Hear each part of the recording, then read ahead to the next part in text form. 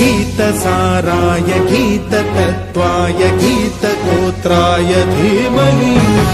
गूढगुल्फाय गन्धमत्ताय गोजयप्रदाय धीमहि